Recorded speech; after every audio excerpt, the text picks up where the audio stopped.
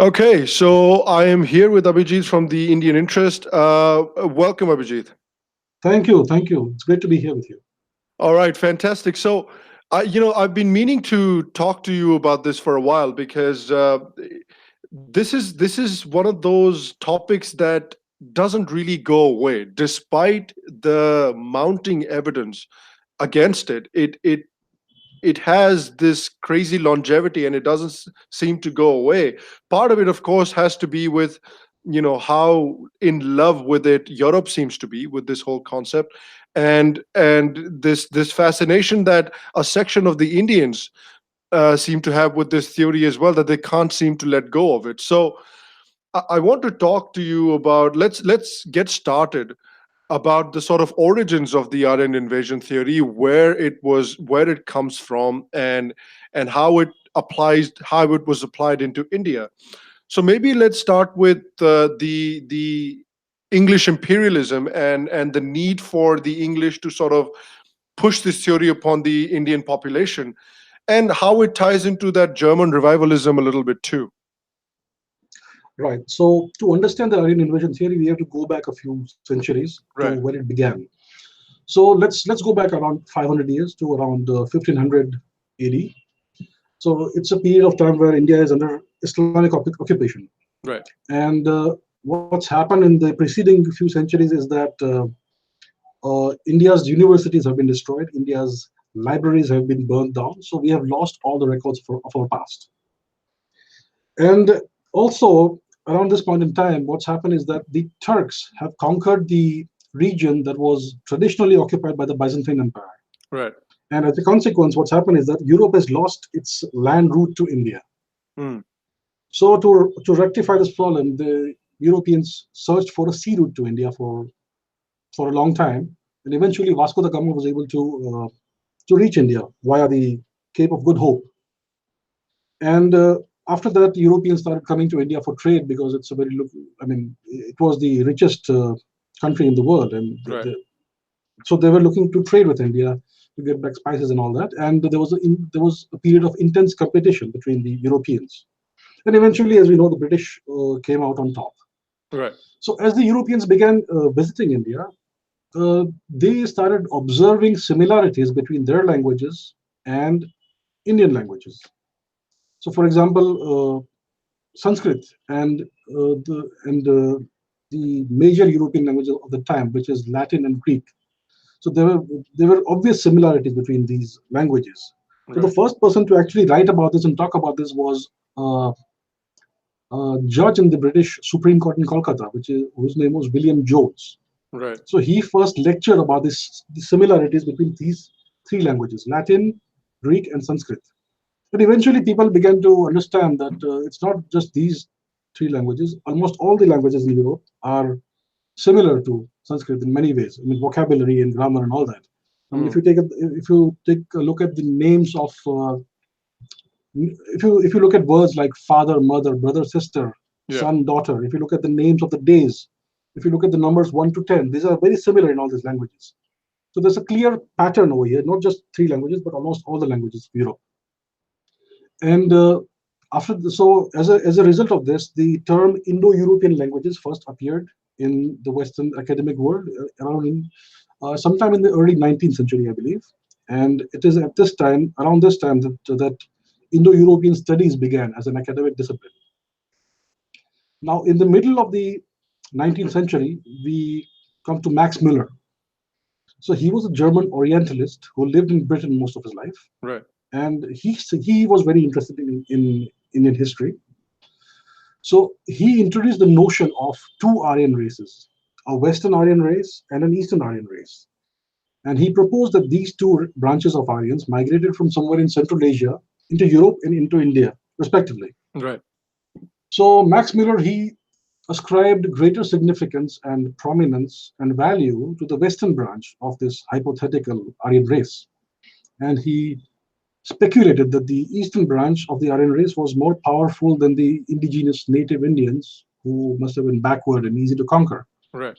So this is where the Aryan invasion theory begins. This is the genesis of the Aryan invasion theory.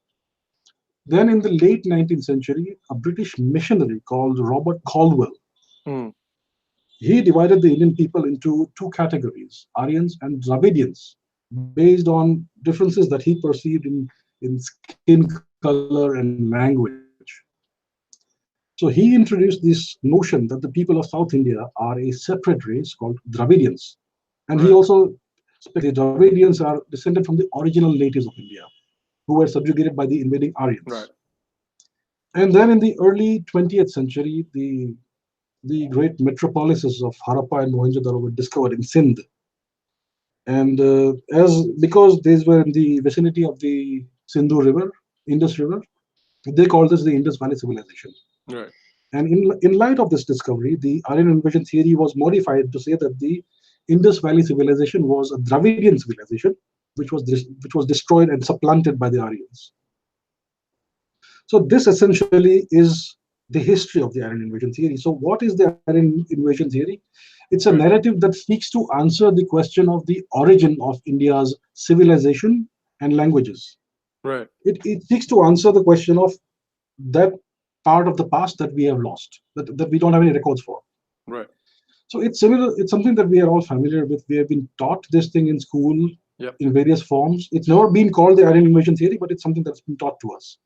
Right. So it's the foundation upon which the whole of Indian history has been written. It's interesting And also, right, Abhijit, because it's the foundation of, it's been taught to us as India's history, but at the same yes, time, you can see when you see the Europeans talk about it and the way the Europeans mentioned it, they're also trying to grasp at straws, trying to explain their own origins at the same time, yes, right? Yeah. yes, So that's an interesting one, that they're trying to find their own origins, and so they're trying to sort of project their ideas, which will help explain their origins in a favorable light upon India. that's right. So at the time when the Aryan invasion theory was proposed, Europe was extremely rich. India was being pillaged by the British. India was very poor, Yep. and there was always this notion among Europeans that light skin or fair skin is superior to the Yeah. darker skin, right? So there was this notion of superiority, and when they realized that there is a connection, a striking connection between India and Europe, then they had to come up with this. Then I don't know if they did it deliberately or was it subconscious, but they came up with a story with a narrative which placed the homeland of the Aryans somewhere to the west of India in Eastern Europe or Right. Central Asia, and that's how they came up with the story. So essentially, the Aryan invasion theory says that the natives of India are dark-skinned Dravidians who built this civilization along the Indus River, and they and Max Muller proposed that the Aryans invaded India around 1500 BCE. Right. Okay, so the second part of the Aryan invasion theory says that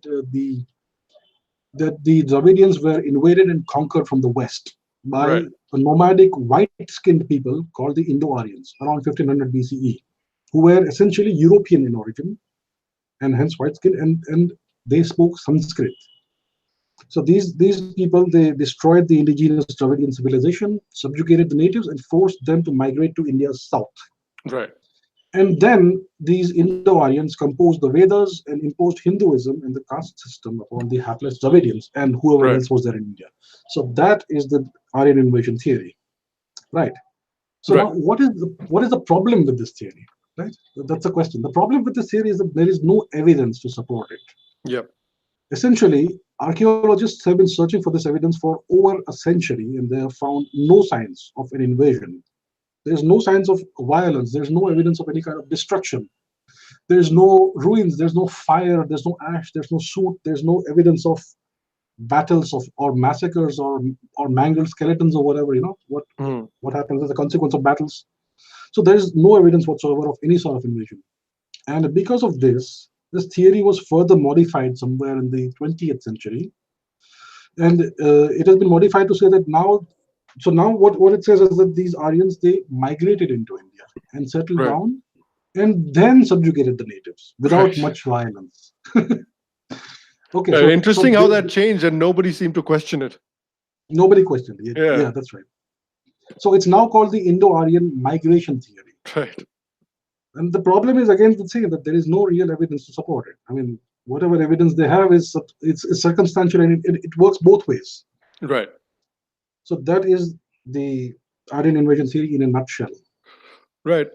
I find this very interesting. Again, like I just said, that it's interesting how this theory sort of changes in light of the new evidence that comes out, and nobody seems to question why this theory keeps changing over and over again. So that's always a very interesting one. So let's start looking at some of the evidence that's available to us that debunks this theory. And Yes. let's start going by point, because in Europe, what I found very interesting when you look at some of the material that's available on the Aryan invasion theory, it focuses almost exclusively on genetic evidence, though Yes. there's that genetic evidence. And you have genetic evidence out there already that debunks the Aryan invasion theory, but there isn't only genetic evidence that's out there. There's scores of other kinds of evidence that's out there that defrauds this or debunks this theory in a multitude of ways. So maybe let's start with, let's say, the archaeological evidence that we've found that starts to debunk the Aryan invasion theory and starts to cast doubt upon it. Right. So there's two kinds of archaeological evidence that we have. There's archaeological evidence that we have in India itself. And Right. by India, I mean historical India, which includes Pakistan and Sure. Afghanistan as well. And then there's archaeological evidence to the west of India. And that archaeological evidence pertains to the fact that Indo-Aryans or people of Indian origin actually migrated westward. Mhm. So let me first talk about the evidence that you have within India itself. So first of all, there's this river that nobody wants to talk about. It's called the Saraswati. Right. So for a very long time, everybody said that this was a myth. It's a mythical river. Right. The fact is that if you look at satellite images, you can see its paleo channel. You can see it. It's there. If you Yeah. know where to look for it, it's clearly there.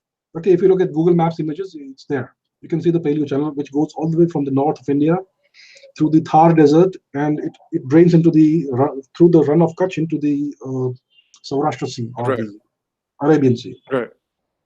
So there is this long defunct river, and what we have found is that there are hundreds of ancient settlements along the banks of this river. And isn't Along there, the bank, sorry, Abhijit, isn't there also evidence to that shows that Rajasthan, or the area that is sort of between Rajasthan and the area, some certain area, eastern areas of Pakistan, that area actually used to be quite fertile, 3 or yes, 4,000 years ago. And yes, since then, it has actually turned into a semi-arid and then into this desert area. So what's interesting is that they talk about that evidence that, okay, rather the area where, sort of western Rajasthan and eastern Pakistan used to be this very lush, fertile area and then turned into the desert. But they don't acknowledge that there was this river that goes through it that made the area fertile, and the death yes. of that river made the area a desert. Isn't that weird? That's weird, yes. But the thing is that in the past 5 years, you can see several nature papers Mm, that mention the river Saraswati. So mm, the evidence is like it's now too unmistakable. I mean, it's too strong to discount. yeah, So people have started talking about it now. But there was a very long period of time where you had all these experts and academics and researchers who completely ignored the fact that there was a river here, yeah, and a massive, major river. yeah, So the thing is, like, you're right that the climate was very different in the past.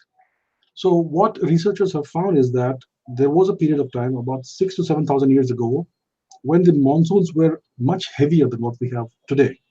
okay, And yeah, so this river, the Saraswati, was essentially a monsoon-fed river. right, And there was a time when about 10 to 11,000 years ago when it was even more powerful than what it was later. And it became a little, and then what happened was that there was a course diversion. right, And this caused the river to become a little more gentle, and that's why there was the people were able to settle along its banks. right, So this river was in its prime until about 6 to 7 thousand years ago, after which the monsoon started declining slowly and right. gradually. And eventually the river started running out of water. And around 1500 BCE or so, it essentially dried out. So while drying out, it it created these big lakes. One lake was where you have the run of Kutch today, and Right. the other one is the Thar Desert. Oh, right. Oh, wow. Usually, what you see is that when a lake dries out, it leaves behind Yeah. a desert region. If you look at the Aral Sea, which has dried out in the last 30 Yeah. years, what you see today, oh, there is a There's desert. a desert. Right. Right. Oh, wow. Yes. So that's the connection that you can make. So the Thar Desert was where the Saraswati dried at the end. Before that, it dried out. It was unable to reach the sea, so it made a big lake in the Kutch area. So that's Right. why we have two deserts. So what I'm talking about is that there are all these settlements Right. along the banks of the Saraswati. Are you able to hear me? Yes. Yes. Yes. I can. Okay. So there are these settlements along the banks. There are hundreds Hmm. of settlements, and some of these have been excavated. For Right. example, Rakhi in Haryana and Bhirana also in Haryana. Right. And radiocarbon dating has shown that these settlements are at least 9 to 9.5 thousand years old. Right. So that's a very ancient. I mean, that shows that this civilization goes back almost 10,000 years. And there are Right. so many of these settlements that have not been excavated at all. There's no research being done there. Right. So I would not be surprised if in the future, in the near future, they excavate some settlement and they find that it's more than 10,000 years old. It's Right. definitely possible. Right. So what this tells us is that Indian civilization is at least these many years old, 9.5 thousand years old. So that is the archaeological evidence for the approximate age of India's civilization. And the other archaeological evidence you find is that you find all this evidence of cultural continuity. You know, That's right. you find these little figurines and all that of people. So these figurines, if you look at them, you will find things like the vermilion on the in the partition of married women, and you find this Right. bangle that people still wear in India, and you find figurines that are doing yoga, various yoga poses. Right. So all these things they point to a continuity of India's civilization over several thousand years. Right. So it's not like there was a break, there was a cultural break, and the foreign culture was imposed suddenly. There's no evidence of any break at all. Yeah, and it's interesting as well, right? Like I was reading. I remember that when you look at sort of when people say that okay, the people of Tamil Nadu and the people of that part of India are this separate race that were a completely different culture from this so-called Aryan culture that was then implanted into India by these invaders. And when you look at and so when they say that there was this Aryan culture that comes in, so the Aryan culture wrote the Vedas, the Aryan culture wrote things like Ramayana and Mahabharata and things like that. And when you look at uh, Tamil literature talks quite fondly of the Vedas, talks quite fondly of the Ramayana, of the Mahabharata, and it talks about these things as part of its own culture. And when it Absolutely. talks about India, it doesn't talk about Tamil Nadu, it doesn't talk about just Kerala, it talks about India, from mountain to sea. That's what they Yes, talk about. And so that really does not sound like it's a culture that sees itself as being pushed away by some other foreign culture. I mean, they look at this so-called Aryan culture as very much part of their own culture. So you have that, sort of evidence as well, right? precisely. So Tamil Sangam literature goes back to around 300 BCE, Mm, and the Sangam literature talks about lands to the north of the Himalayas. mm, It talks about the whole of the country from north to south, like you just mentioned. It talks about the Ramayana, the Mahabharata. It talks about the Vedas. So it's clear that it's the same culture. They mm. may have different language, but the culture is the same. They talk about the very same things that are supposed to be have been carried forward by from outside by an invasion, but it's clearly not the case. Tamil Sangam literature debunks this theory of the southern Indian people being a separate race or separate people or separate culture. So Right, that's right. clearly not the case. Right. It's very interesting. So, because when you look at the archaeological evidence that you just talked about the continuity of culture, and you look at the way sort of Sangam literature and South Indian literature supports this cultural continuity, it makes for a very good case of indigenous origin, at least in terms of sort of people. So, is there any other linguistic evidence that's available out there other than looking at simply the Tamil literature or Sangam literature for proof of continuity? for proof of continuity. Another point that I want to make about the Tamils is that Sure. the Chola dynasty. The Chola dynasty is one of the longest lived dynasties in this country. It Right. started about it started probably around 100 BC or something, and it continued until around 100, 1200 AD or something like that. Right. And the Cholas conquered most of Southeast Asia. I mean, places like Thailand and Right. Myanmar and Cambodia, Vietnam, Right. Philippines, all these places were conquered by the Cholas. Indonesia, Malaysia, all those places. And the thing that you notice today is that in all of these countries, you have Hinduism, Mm-hmm. or you have evidence of Hinduism in the past. Mm-hmm. If you look at Indonesia, there are temples everywhere, Hindu temples. If you look at Right. Cambodia, you have Ganesha statues, you have Shiva statues, you have Hindu temples. There is Right. Angkor Wat, the largest Hindu temple complex in the whole world. Right. Philippines, you will find evidence of Hinduism in the past. And if you look at the language, the lingua franca that the Cholas took with them to the Right. east, it was Sanskrit. It was not Right. Tamil. Right. If you look at Oh Indonesia wow. today, most people have Sanskrit names. They don't have Tamil names. Right. That's true. Indonesia is a Muslim country now, and yet most people have Sanskrit origin names. Oh wow. So if the Cholas were if they were, I mean, they were a mighty empire in their own right. And if it is the case that there was an Aryan invasion and that Hinduism and Sanskrit are foreign to the south of India, then Right. why on earth did the Cholas propagate this very culture that was imposed upon them? Does it make Right. any sense at all? Right. So No, that's that's the very point. true. Yes. That's very true, because even if you look at, and I know it's not like for like the same example, but it's an interesting analogy where if you look at sort of the black population in the United States right now, even though they have quote unquote adopted the ideology and adopted the culture of the invaders, but there is still this civilizational or this cultural recognition that uh, this has something that has been put onto us, and this is something that we have taken from the invader, and this is something that came to us at this point of time in this point of history, and through songs or through literature or through whatever, we have maintained that history. But there is no such thing when it comes to the so-called Dravidians and the so-called Aryans at all, that there is any kind of distinction between the two. There is no distinction at all. Right. That's a very good example that you've given. The the Americans, the African American people, they clearly have recognition of what's happened. They know about it, and they make it a point to Yeah. remember what's happened. And if it was the same for the Tamil people, if they had also been subjugated, like it said, then why would that? Then when they became powerful and they had their own empire, why would they not go back to their own culture and Yeah. overthrow Hinduism? Or at So the that's very least clearly recognize that something happened to us, right? exactly. Yeah. So that is a so this clearly falsifies this narrative of Hinduism being imposed upon the South. Right. Now the Right. other linguistic, yeah. So you were talking about other linguistic evidence. Sure. So if you go to the west of India, if you go to Anatolia and western Syria, so over there was this kingdom called the Mitanni Kingdom. Mm.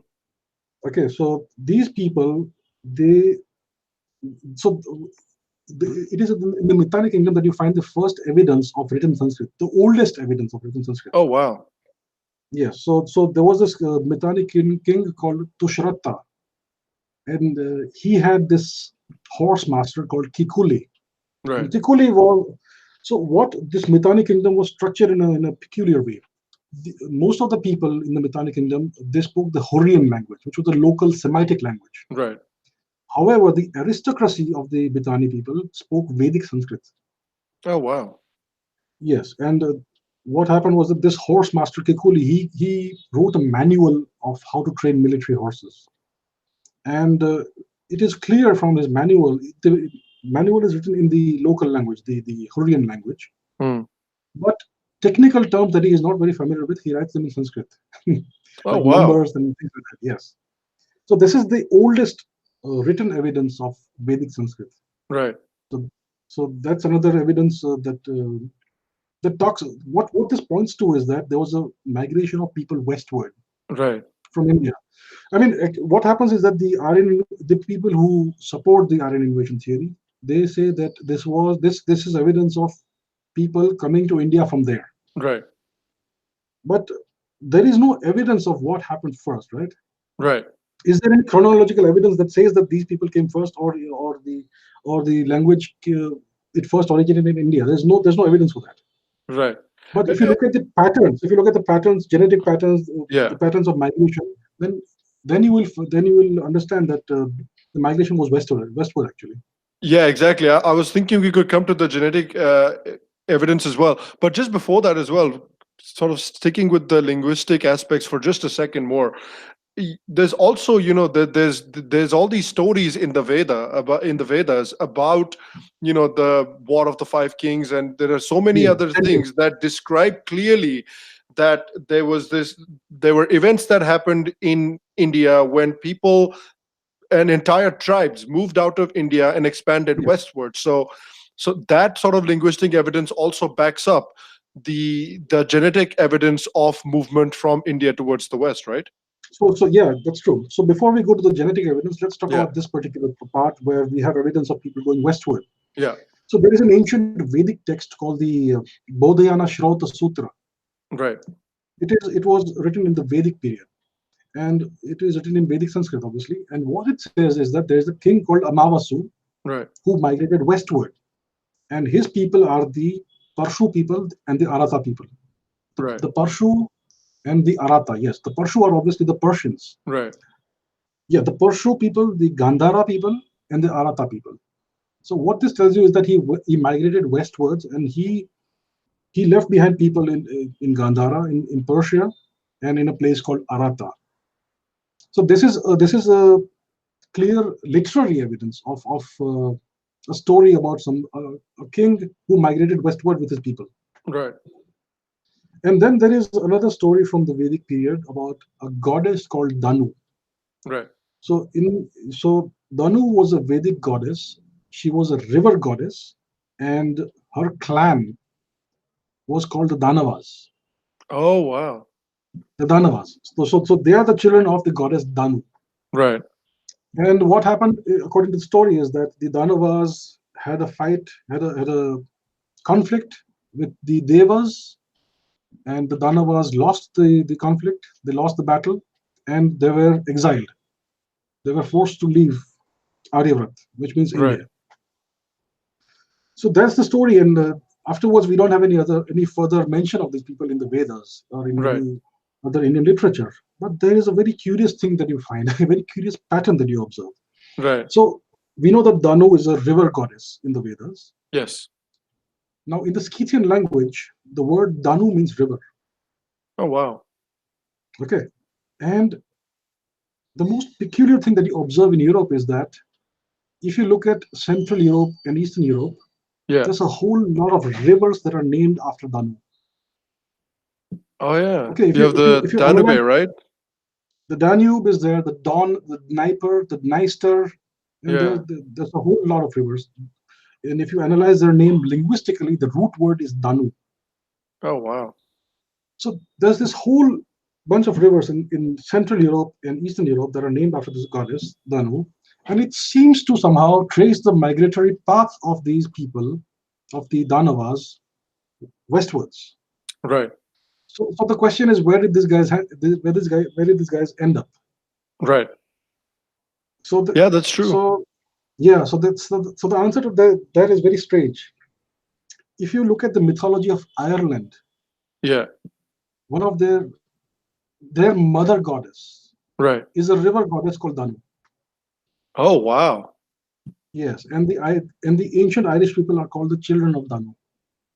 Oh, wow. And this cannot be a coincidence. This is a clear pattern, right? I mean, Yeah. I mean, yeah, it's a coincidence if it happens in one country, but if it's all across yeah, Europe, like the way you're saying, yeah, yeah. there seems to be a pattern there, right? And you can corroborate this. Yeah, You can look it up. All these yeah, rivers named after Danu. You can look up the story of the Irish goddess Danu, right, who has the same function of a river goddess as the Vedic goddess Danu. So it's clearly not a coincidence. right, And if you look at genetics, you will find genetic signatures in these places of right, of that particular genetic lineage which originated in India. Right. So let's And let's another talk example, about. Sorry, go ahead. Go ahead. yeah, that's one more example of westward migration. Sure. So I spoke about the Mitanni people who were living in Syria and Anatolia around 1500 BCE. Hmm. So around the same time, but slightly further ago, what happened was that there was an invasion of Egypt by a chariot riding people. Right. So these people, they invaded Egypt around 1650 BCE, and they were able to invade and conquer the country. And they ruled Egypt for about 150 years. Oh wow. And these people, they were horse riders. They had chariots with spoked wheels. They practiced horse burials, and their chief god was a storm god, just like the god Indra. Okay. Okay, so I don't know about the genetic part of this, or whether the genetics Yeah. of these people have been investigated or not. But Right. it's clear that these are the same. These people have the same culture as the Mitanni that I spoke about earlier. Right. Right. So it looks like, I mean, there's a lot of controversy about the origin of these people who conquered Egypt, Yeah. and much of the controversy is political in nature because Right. they clearly seem to be an Indo-Aryan or Indo-European people. Right.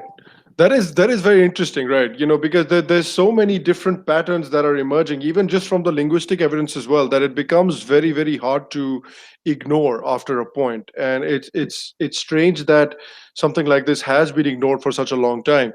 So even when we start looking at the genetic evidence then starts to corroborate the archaeological evidence that we have found and the linguistic evidence that we have found as well, right? Yes, that's right. So basically, we are looking at patterns that are common between these different disciplines: Right. archaeology, linguistics, genetics, etc. Mythology as well. Why not? Right. So, uh, so let's talk about the genetic evidence. So essentially, let me explain very briefly without getting too technical about what this genetic uh, evidence is. So Sure. essentially, we have DNA in our bodies, and our DNA comes from our ancestors. Right. So, so our DNA is essentially like a mosaic. It's like a jigsaw. It's like a jigsaw which contains bits and pieces of our deep ancestry. Right. And when a person is conceived, that person receives DNA from both the mother and the father, and it also receives, and apart from the DNA the that a person receives from the parents, a small number of random mutations are inserted into the DNA. These are Right. completely random by chance, and this is what is passed on to one's descendants. Now, for most of the time, what happens is that these random mutations are eliminated through natural selection. But in some cases, what happens is that a certain random mutation may persist across generations, Right. and it may actually proliferate across generations until it becomes statistically significant. Right. What I mean by that is that a large percentage of a certain population will exhibit this particular mutation. So this is how Right. we know that this entire group of people is related to somebody who lived at a certain time and who was the originator of this mutation. And it is possible to calculate and determine the approximate time period in which this mutation occurred. Right. So, in genetic terminology, a group of people who carry a shared mutation like this group of people is called a haplogroup. Right. So, this is essentially an extended family that has one lineage that goes back to a single ancestor who was the first person who had this mutation. Okay. Okay, so the world is made up of many haplogroups, all related to each other. If you go back far enough, the oldest haplogroups are found in Africa, Right. and outside Africa there are many haplogroups. Now there is one haplogroup which is called R1A1A, and this happens to be the most successful extended family in the whole world Okay. because its members are probably over a billion in number, Wow. and they are found throughout Eurasia. And across Eurasia, you will find there are two hotspots where these people are they exist in very high, where you have a very high percentage of the population that that carries this particular mutation. Right. And these two hotspots are the Indian subcontinent and Eastern and Central Europe, this Slavic region of Europe, Okay. which is Russia and Poland, essentially. Right.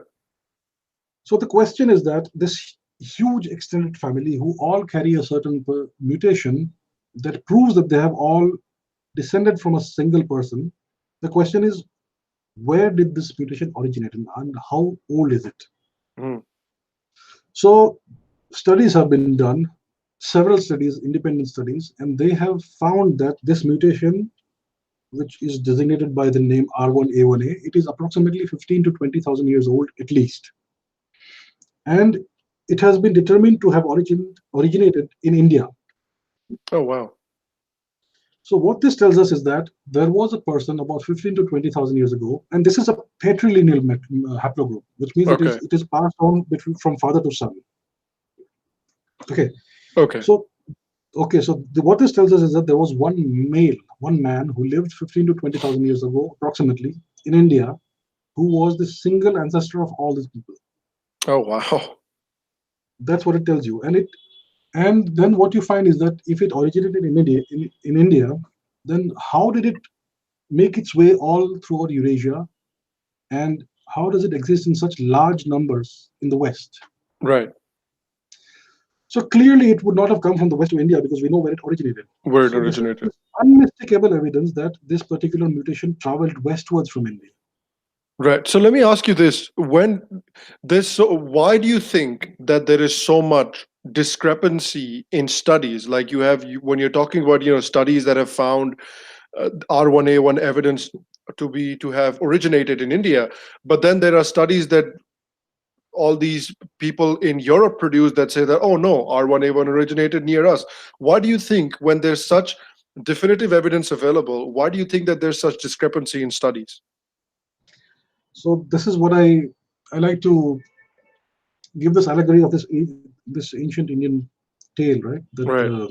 the four blind men and the elephant. Right. So there are four blind men, and they are presented with an elephant, and they have to determine what the elephant is like. So each of them grabs one part of the elephant's body, the trunk or the leg or the belly, and based on what they feel, they come to a certain conclusion about the nature of the elephant. And Right. obviously, they're all wrong because they are only able to sample a certain portion of the elephant, and they're not Right. able to see the big picture. So what's happening in genetics today is similar to that, but unfortunately, it's being done on purpose. Right. And so what's happening is that we know that R1A1A originated about 15 to 20,000 years ago. Hmm. There's no doubt about it. There are at least more than two studies, independent studies by independent researchers, independent groups who have come to this conclusion. So there is no doubt about this.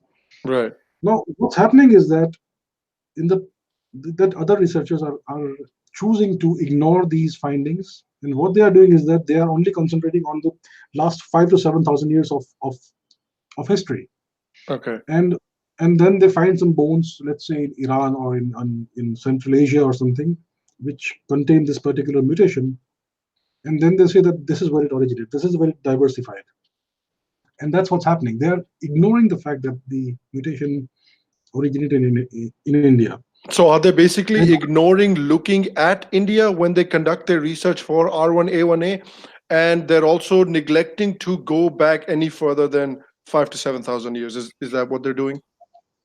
essentially what they are doing is that they are doing both. Okay. First of all, I don't think that we have too many genetic studies being done in India. I think there Yeah. was a policy of the Indian government to not give out any samples. So Oh, I'm not wow. sure if this policy has been. Yeah, I'm not sure what happened to the policy, if it is still in force or not. But they don't have Indian samples. But why The did other why thing did is that they do that? Do you know why that policy was for? I am not really sure why the policy was put in place, but Okay. there was a policy. I know of that. So they don't have samples about of contemporary Indians. So what they are doing is that they are taking samples from Indians who live in the West. I see. Right. So that works. Right. Okay. So these are contemporary samples. These are not ancient samples of ancient DNA. Right. So they formed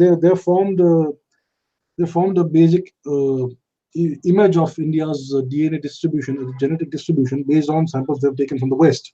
The problem is that these patterns are not representative of the entire Indian population. Right. There's a lot of gaps in the data. So that's one problem. And secondly, the problem is that they are looking at only a certain time frame. They're not looking at the entire 20,000 years of the past. They're only looking at the past 5 to 7,000 years. And I don't know why Right. they're doing it, but that's what's happening. I see. So based on that, they're concluding that R1A1A diversification happened somewhere in Western Iran or somewhere like that, and and there's evidence of this R1A1A coming back into India in some small quantities Right. at some about 4,000 to 4,500 years ago, Right. and that's what they claim as the evidence of an Aryan invasion. Right. But they're ignoring the fact that this R1A1A reached Western Asia from India itself, Yeah. much more in the past. Right. Yeah. It's So like that's what happened. it's basically like saying, isn't it, that if uh, Ashoka was fighting Kalinga and conquered Kalinga, that means Kalinga never existed. You know what I mean? That's kind of what they're saying, right? Yeah, I could give another example. Let's say that we lose all records of our history, all written records of our history, Yeah. and some future archaeologists or geneticists, they want to determine how the Northern American continent was populated. Mm. So they go and do some digging around. They find a bunch of bones that belong to someone of English origin, Spanish origin, French origin, and they found some bones that belong to persons of African origin. Mm. And based on that, they come to the conclusion that the Americas, or at least North America, was populated by people who had these heritages. Yeah. So they would not be wrong in what they have concluded based upon the evidence that they have at their disposal. But clearly, there is a very small piece of evidence. They are not. It's not representative of the entire population of the continent. Right. Because we know that if you look at only the past 500 years of history, then you will find the majority of the evidence you find will belong to people of European origin or black origin. Right. Right. So that's what's happening. See, a similar kind of thing is happening in the case of the search for evidence in the Aryan invasion theory. Right. It's selective. It's cherry picked. Yeah. You're looking for what you want to look for, essentially. You're looking for what you want to look for. Exactly. That's Yeah. what's happening. It's interesting, right? What's very interesting to me about this whole issue is that despite all of this evidence that is mounting against the so-called Aryan invasion, Aryan migration theory, I understand that Europe is trying to, or Europeans are trying to push this very hard, because then it gives them that sense of superiority that the world originated from us, that sense of superiority that they developed in the past 300, 400 years, that the whole world is come from us. So I understand why Europeans are trying to push it. What I fail to understand is why, despite all this evidence, there are Indians out there who wholeheartedly believe in this theory and will not even give any evidence that debunks this theory a second look. Why do you think that is? So you're right that there's one. So there are two factions in this. One Right. is in the West, the Yeah. Eurocentric academics and researchers who want to present their version of history, Mm. and there's one faction in India. I would call them the secular faction, Mm. the Nehruvian faction, the secular faction. Right. So that this is a motley group of people. There are some Marxists in there. There are people who are trying to push a couple of religions in there, foreign Mm. religions, Mm. and you have the most of the academic system in there, at least the humanities and social sciences, Mm. and you have the media in there. So the thing is that since independence, what you find is that there's been no research done into India's history. There's been almost no archaeological research, and Right. no research of any other kind done about India's history. Right. So there's been a policy, I would say, of keeping India in the dark about its own history. Right. And the reason for that, in my opinion, and it's not just my opinion, it's very clear why it's that way. Mm. Because they want to brush the events of the past 1,000 years under the carpet. Right. Right. We know what happened in the past 1,000 years. Mm. We were under occupation by the Muslims, the Islamic Right. occupation of India. And there is clear evidence, if you look at Islamic literature written by historians, Islamic historians of that time, Right. there is clear evidence of widespread, wide-scale genocide of the Right. Hindus. Not just a genocide, millions of Hindus were transported to Central Asia and Iran and Persia and the Arabic countries to work as slaves. Right. And there's also this cultural genocide wherein thousands of temples were razed to the ground, all the Indian universities were destroyed, all the libraries were burnt down. So there's this vast genocide which happened, and I don't know how to put a number on that, but it's at least, at the very least, 100 million people. Right. At the very least, conservative estimates. Mm. So this is something that nobody wants to talk about. At least the Indian establishment doesn't want to talk about, Right. so that they can continue their identity politics and whatever political agendas they have. Right. So how do you think that So ties into the Aryan invasion debate? okay, so the Aryan invasion theory is it's a godsend for anybody who wants to indulge in identity politics. Right. Right. See, identity politics is essentially about pitting. It's about taking a certain society, slicing it into different sections. It used to Mm. be classes. Now it's different identities, Mm. and pitting one group identity against the other, and Right. claiming victimhood and oppression and all those things. So that's how you create chaos in society, and that's how you get votes. Right. This is a Marxist trick, isn't it? This Right. comes from Marxism and postmodernism. Yep. So the thing is that You see even that America is such a perfect example of that right now. oh, If it you is, look at it is, American yes, politics, it encapsulates it perfectly. it does, yes. The thing is that long before the French postmodernists or the American liberals, you had the Indian seculars, Right. and what they took advantage of was this caste system that has been incorporated into India's governance system, right? Right. Because no government form is complete without the mention of the person's Yeah. caste. So this entire business of this caste system was created by the British. The word caste itself is Spanish in origin. Right.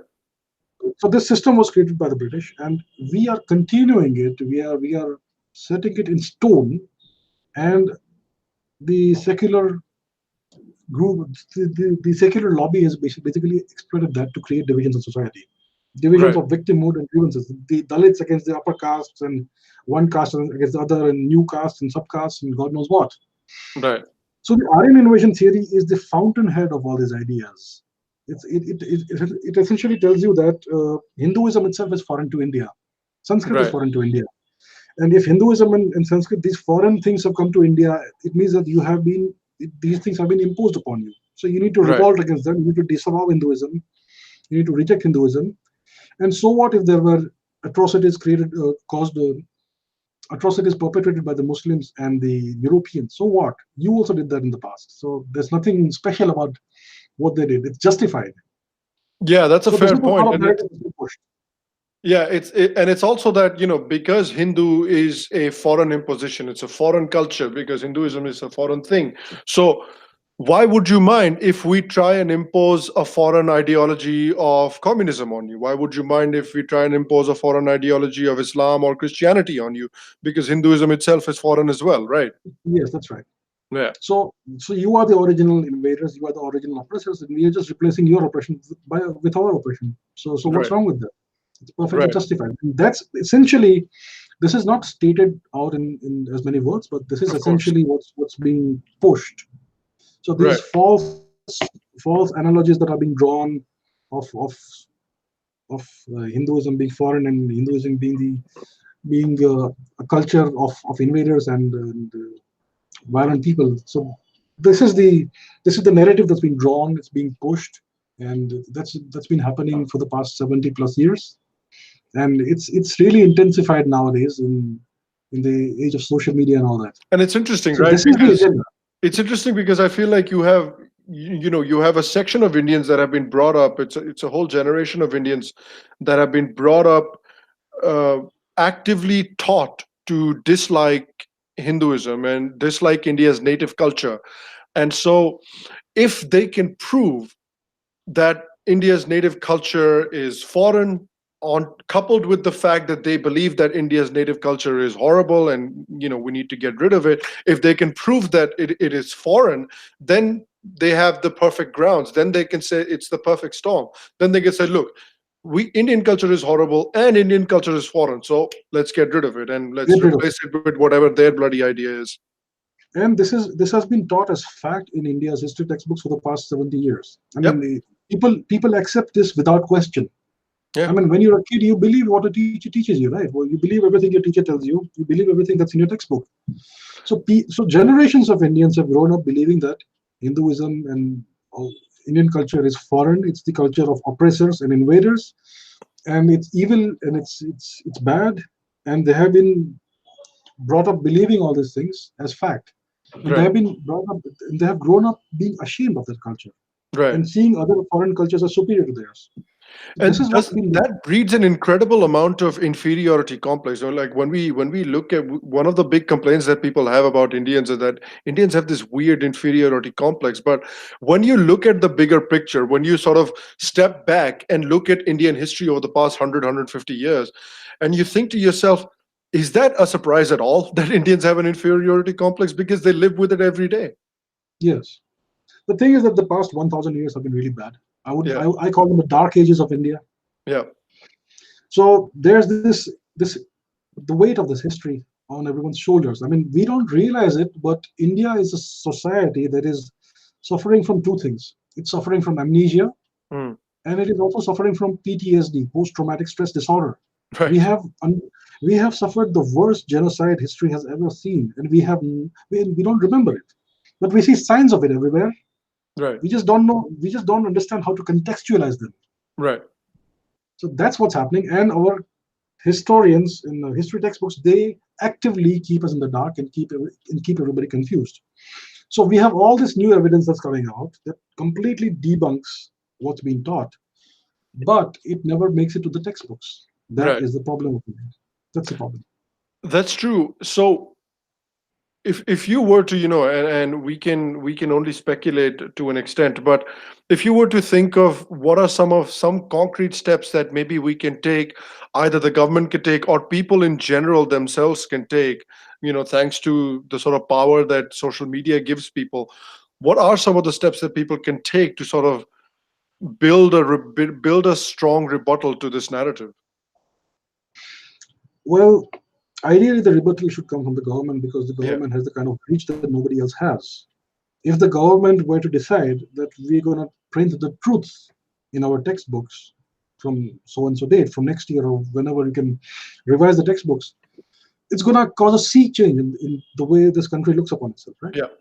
I mean, I don't think I, we know there's been this horrible genocide, these horrible atrocities. We know it happened, but it doesn't mean that the Muslims of India today are responsible for that. They're not. Yes. They're victims themselves. Yes. So this notion that it will cause communal strife and all those things, it's hogwash. It's not Yeah. true.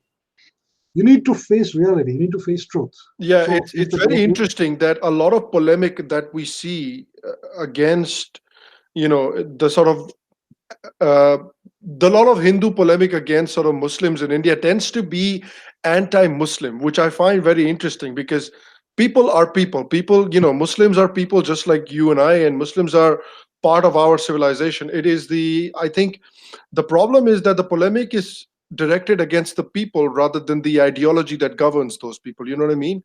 And for that's a very correct. long time, I feel like that's been the case. And we can dance around the bush and beat around the bush as much as we want. That's not going to solve our problem unless we start to bell the cat. That's right. So we need to face reality. We need to face it in writing in our history textbooks officially. I don't think it's going to cause any trouble. It's No, it's going not. to open a lot of eyes. It's going to make people see their history, whether they are Hindus or Muslims or Sikhs or Yeah, whatever. They're going to see themselves in the correct context. And you need truth and reconciliation, right? That's what you need. I mean, that's the only way forward. So that's what needs to happen.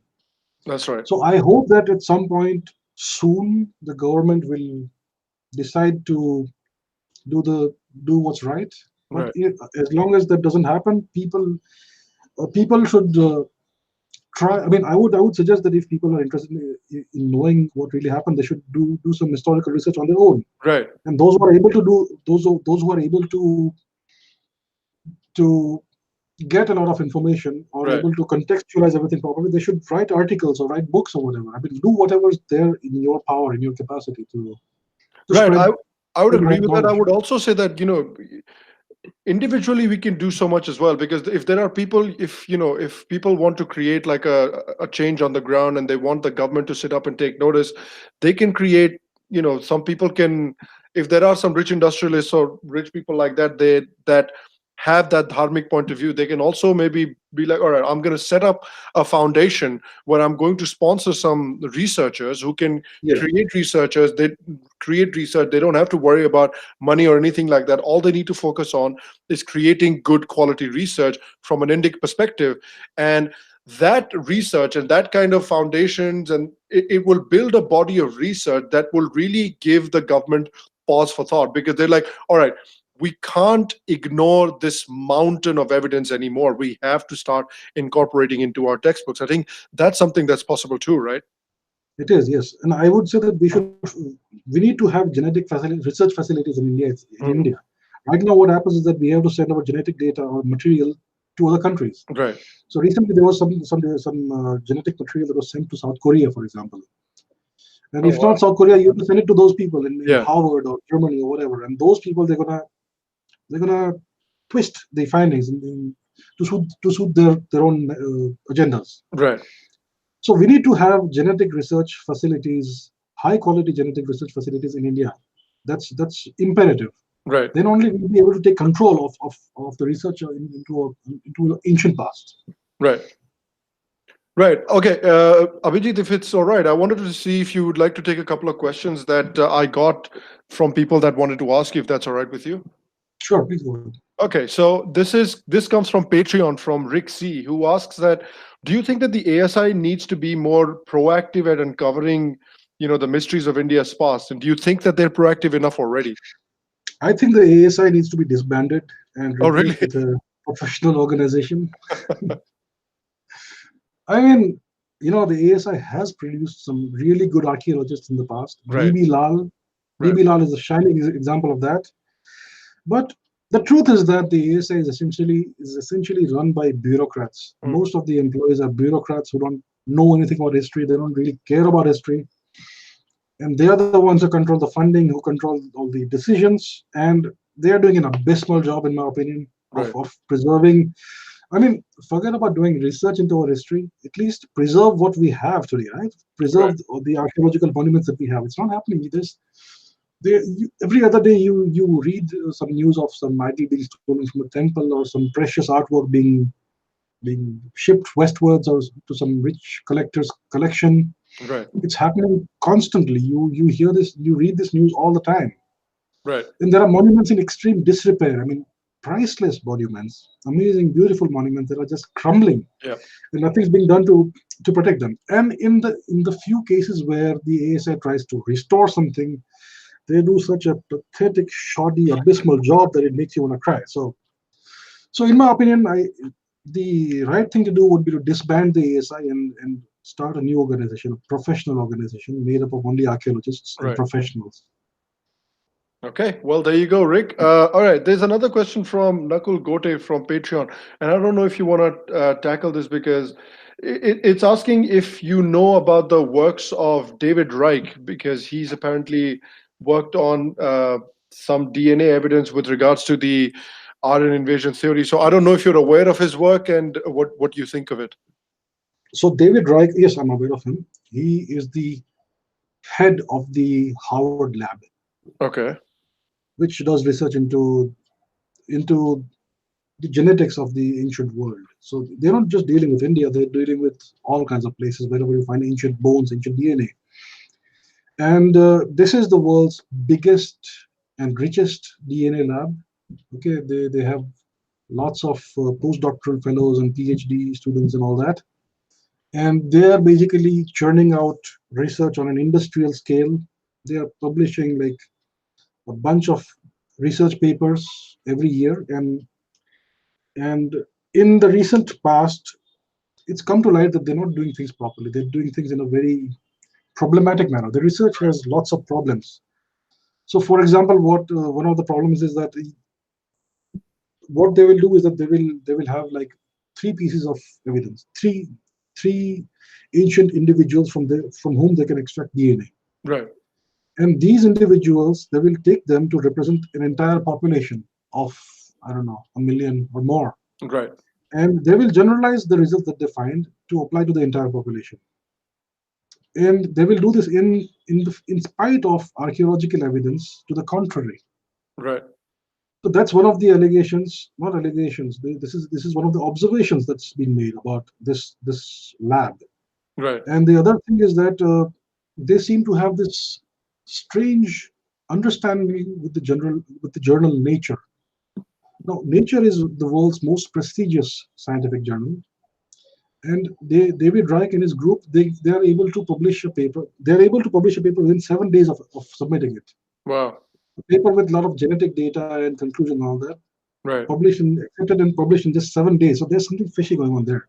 Right. Right. And one more thing about David Reich is that he is a known Hindu phobe. So in Mm. the past, he has compared Hindu ideology with Nazi ideology. Oh, wow. Yeah, yeah, he has written about that, and he's also, and very recently, what happened is that he wrote an article in which he made a statement to the effect that it's not possible now. It's not possible any longer to disregard the way genetics.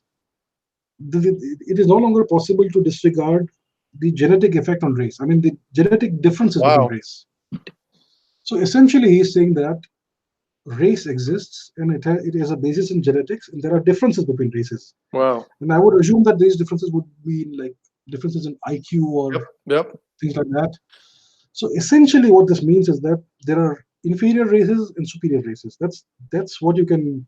Infer from That, this. that is the basic conclusion from his statement. Yeah. So this is the statement he made a few months ago, and in response to that, about 60 or 70 academics wrote an open letter to him, Yeah. calling out to him as a racist and all that. But he has defended his statements, and so Which is that incredible, shows the because guy. you don't take into account things like environment, you don't take into account things like your Exactly. economic conditions, you don't take into account things like what kind of family structures there are, what kind of religious circumstances there are, cultural circumstances. So you disregard all of those things and you just say, oh, genetics is, and IQ is related to your genetics. And I Yes, just feel like that's such a spurious and silly statement, because there are an that is n offensive. That is number of racist. issues that you're disregarding. The first thing is we have to keep in mind is that race is a social construct. It Yeah. does not have a scientific basis, right? There is no such thing as a pure race or even a pure species, to be Yeah. honest, right? Yeah. So this is a completely pseudo-scientific, racist concept, and this Yeah. is what he ascribes to. So there's a lot of problems with David Reich's research. His methodology, everything is extremely problematic. And Right. unfortunately, he's in charge of the world's biggest DNA lab, Wow. and he's reaching sweeping conclusions about the entire ancient history of the whole world, essentially. Yeah. So Yeah. it's extremely problematic what he's doing. Yeah. I find this very interesting, because in the United States, okay, there's this fellow called Charles Murray who wrote this book called The Bell Curve, which essentially talks about the differences between race and IQ.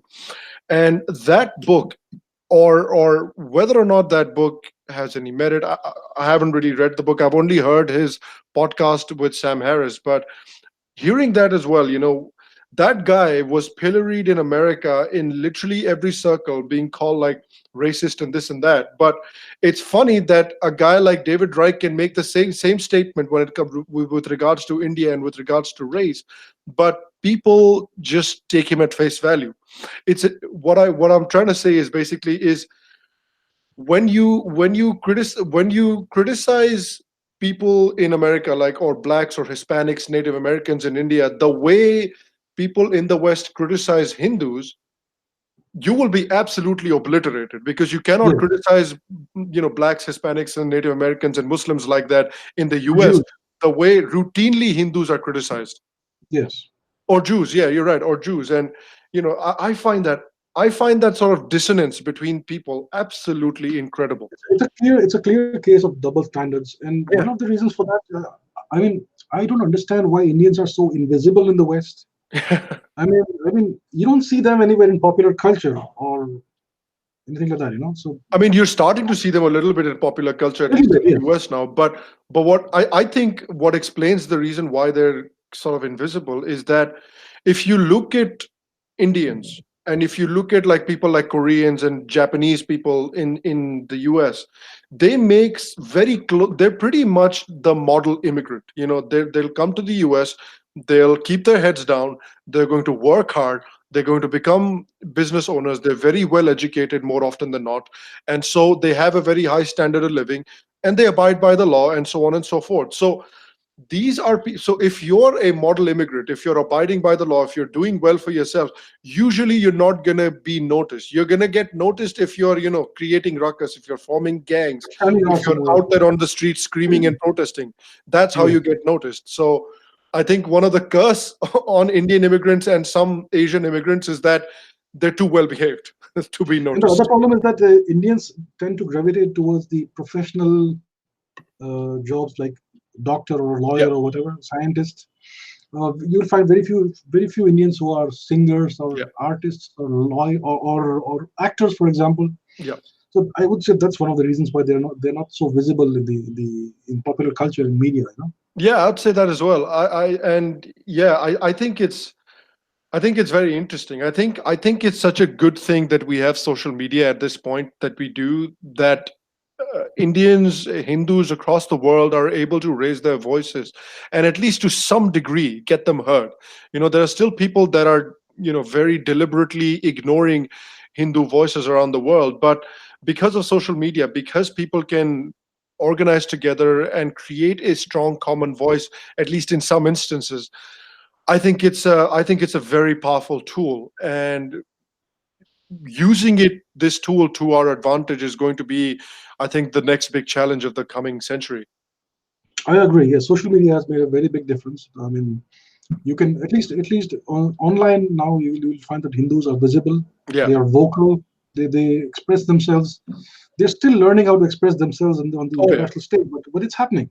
Oh yeah. And Yeah. we have I we think. have podcasters like you, which is a very good thing. So the visibility is increasing now, and I Yeah. expect it to get much better in the coming years. I do agree. I do agree. I think at first, what Hindus are just trying to do is to get themselves heard in bloody India itself, because they're still struggling to get heard in India properly. And Yes, I that's feel like true. once they can generate enough of a voice in India, then that voice can travel overseas.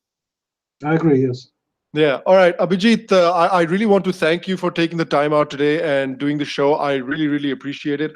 I think people had a lot of questions about this topic, and we've tried to approach this topic from many different angles. So I hope most, if not all, of those questions have been answered. So again, I want to make sure that to thank you that you took out this time today. Thank you very much. Thank you for having me.